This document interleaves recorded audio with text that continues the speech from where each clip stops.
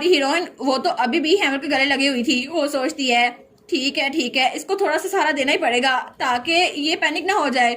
लेकिन तभी लिरेजी के कदम उनकी तरफ बढ़ रहे थे। वो सोचती है हम पकड़े जाने वाले हैं, हम लोग पकड़े जाने वाले हैं। लेकिन तभी उसके कदमों की आवाज बिल्कुल करीब आ गई थी। वो दोनों वहां पर देखते हैं तो तभी लिरेजी दरवाजा खोलती है, लेकिन वो अलमारी में जाने के बजाय बाहर निकल आई थी। वो कहती है तुम इसे साफ सफाई कहती हो? तो मेड कहती है क्या?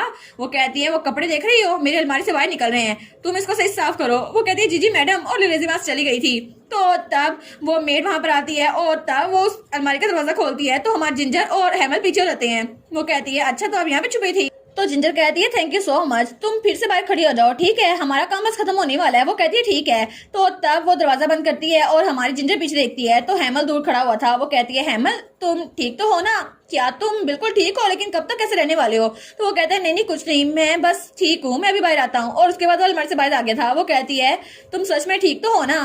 तो वो कहता है वेल यू सी मैं बिल्कुल भी ठीक नहीं हूँ। वो कहती है मुझे माफ कर दो, मेरी वजह से ये दोबारा हो गया। लेकिन वो सोचती है इसको दोबारा से मैंने अलमारी में बंद होने पर मजबूर किया, ये मेरी गलती है।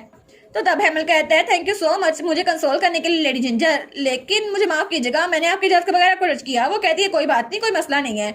और तब वो सवाल करती है, वो कहते हैं ठीक है बस उस नेकलेस को ढूंढना है। तो अपना मुंह पिच कर लेता है। वो सोचती है क्या मैंने कुछ गलत तो नहीं कर दिया ना, कुछ अजीब लग रहा है।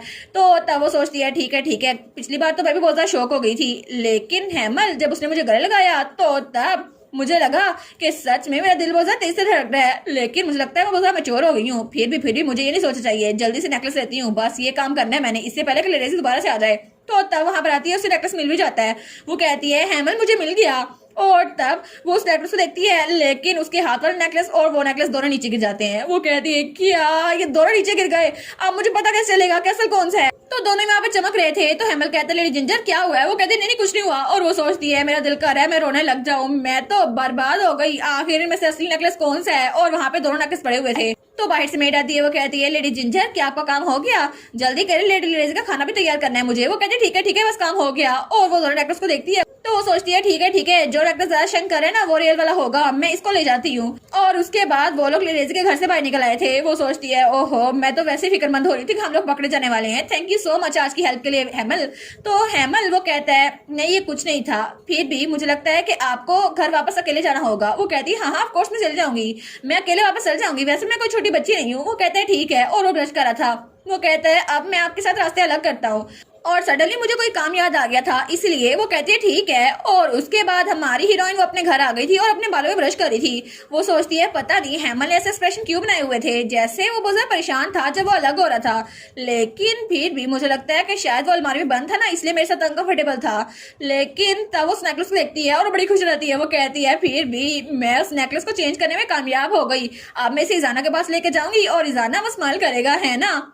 लेकिन अगले दिन वहां पर एक बग्गी आई थी और वहां पे कोई और खड़ा था। वो कहता है हेलो डी जिंजर। वो कहती है क्या हेलो, लेकिन लाला कहाँ पर है? तो वो कहता है वेल मास्टर लाकी शान वो वेकेशन पे गए हैं और उस दौरान मैं आपका स्कॉट गार्ड बनूंगा, मैं हूँ माइकल। वो कहती है अच्छा वो वेकेशन पे गया है लेकिन अचानक से, और कल भी वो अचानक चला गया, पता नहीं क्यों, क्या उसको कुछ हुआ है? लेकिन वो सोचती है एक मिनट अगर लाला यहाँ पर नहीं है तो फिर मुझे उसका ब्रेसलेट पहने बगैर इजाना से मिलना पड़ेगा, और अगर मैंने गलती से इजाना के बारे में सोच लिया और एम्पर को पता चल गया तो हेमल ब्रेक या डेंटी वो रिवील हो जाएगी। जिंजर जब वहां पर आती है ना पैलेस गार्डन में तो किंग इजाना वो तो एक बिल्ली के साथ खेल रहा था। वो सोचती है आज भी इसकी ब्यूटी रेडिएंट है और वो तो अपने दिल पर कर लेती है। वो सोचती है कितना अच्छा होता ना अगर उस बिल्ली की जगह मैं होती, है ना। किंग इजाना कहता है थोड़ा करीब आओ, और फिर किंग इजाना तो बहुत ज्यादा करीब आ रहा था और वो तो इमेजिन किए जा रही थी। लेकिन तभी उसकी आंख खुलती है तो वो कह रहा है लेडी जिंजर स्नैप, और किंग इजाना उसकी तरफ देख रहा था। वो कहती है ओ हेलो यू एम जस्टी। तो वो कहता है आखिर आज फिर तुम क्या सोच रही थी और इतना सिली फेस बनाया हुआ है? वो कहती है नहीं मैं क्या सोच रही थी, आखिर मैंने किस तरह का एक्सप्रेशन बनाया हुआ है, और अपना मुंह साफ कर लेती है। वो कहती है एनीवेज मैंने सुना कि लाला वेकेशन पे गया है लेकिन उसने तो कल कुछ मेंशन ही नहीं किया और मुझे लगा बहुत अजीब है। वो कहता है क्या तुम कल लाला से मिली थी? लेकिन कल तो तुम्हारा यहाँ पर आना शेड्यूल ही नहीं था, तो तुम उसके साथ क्यों गई थी? क्या तुम उससे प्राइवेटली मिली थी? तो वो कहती है वेल वो असल में कल मुझे उससे थोड़ी हेल्प चाहिए थी। वो कहता है हेल्प? वो कहती है हाँ मैं आपको बाद में बता दूंगी, और मुंह पीछे कर लेती है।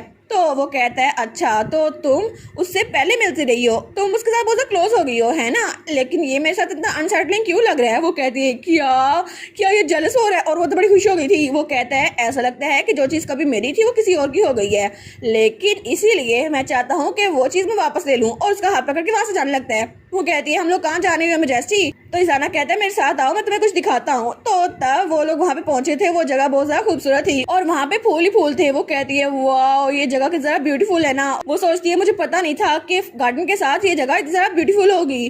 तो तब वो सोचती है अरे हाँ आइडिया। वो कहती है किंग इजाना।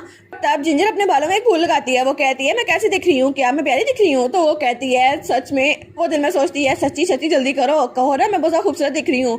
और ये क्वेश्चन नहीं था, ये सिर्फ एक सुजेशन थी। और इजाना उसकी आंखों में देखता है। वो कहता है वेल तुम इतनी बुरी नहीं लग रही। और तब वो तंजिया मुस्कुरा देता है। वो सोचती है वाह मैं इसको जैसे मर्जी देखूं, लेकिन उसको देखकर दिल बहुत तेज से धड़कता है। और वो सोचती है मेरी होप्स फिर से अब होने शुरू हो गई हैं, लेकिन पता नहीं कि इजाना भी ऐसा सोचता है या फिर नहीं। तो तब वो उसकी तरफ देखती है और वो सोचती है इसने पहले कहा था कि जो चीज़ इसकी है वो किसी और की हो गई है, लेकिन इसका मतलब है कि जेलस हो रहा था, या फिर वो मुझे तंग कर रहा था, या फिर मैं डिल्यूजन हो रही हूँ। तो किंग जाना उसकी तरफ देखकर मुंह फेर लेता है। वो कहता है मेरा मतलब है कि तुम कुछ भी सोच सकती हो। तो वो सोचती है ओहो मैं पागल लड़की हूँ, आखिर मैं इससे क्या एक्सपेक्ट कर रही थी। तो तब वो मुंह पीछे कर लेती है। वो कहता है क्या तुम मेरे रिस्पॉन्स से हर्ट हो गई हो? वो कहती है आखिर कौन सी लड़की होगी जो किसी ऐसे लड़के के कमेंट से हट नहीं होगी जिसको वो पसंद करती है। तो तभी वो अपना मुंह बंद कर लेती है। वो कहती है क्या कहीं मैंने एक्सीडेंटली कन्फेशन तो नहीं कर दी? तो तब एम्पर थोड़ा पीछे होता है। तो वो पीछे मुड़ के देखती है। वो कहती है क्या? तो एम्पर वो अपना सर खुजाते हुए कहता है मैं तुम्हें हर्ट नहीं करना चाहता था, लेकिन मैं बात को इधर उधर करने में बिल्कुल भी अच्छा नहीं हूँ। तो जिंजर कहती है अच्छा ये बात तो मैं पहले जानती हूँ आपके बारे में योर मेजेस्टी। तो एम्पर कहता है लेकिन जब लोग को हर्ट करने की बात आती है तो मैं बहुत ज़्यादा टेंस हो जाता हूँ, मुझे नहीं पता ये सब कुछ कैसे होता है, लेकिन मैं ज़्यादा लोगों से मिलता नहीं हूँ ना इसीलिए। और अगर मेरी वजह से तुम्हें कुछ भी हर्ट हुआ हो तो मुझे माफ़ कर दो। वो कहती है क्या सच में? इसको दूसरों की पेन का ज़रा फर्क नहीं पड़ता, लेकिन वो सोचती है मेरा मतलब है कि ऐसा ही है क्योंकि ये टावर में कैद था और इसके पास बुक्स के अलावा कुछ भी नहीं था और लोग जो इसके पास आते थे वो भी सिर्फ मेड से सर्वेंट थे। तो तब उसकी तरफ हाथ बढ़ाती है और वो कहती है लेकिन अभी मैं इसको सच में देख सकती हूँ, तुम्हारे वाउंड्स। तो एम्पर कहता है क्या? तो तब वो कहता है जिंजर। वो सोचती है मुझे ऑनेस्ट होना होगा क्योंकि इसके स्कार्स, इसके तन्हाई, इसका अकेलापन।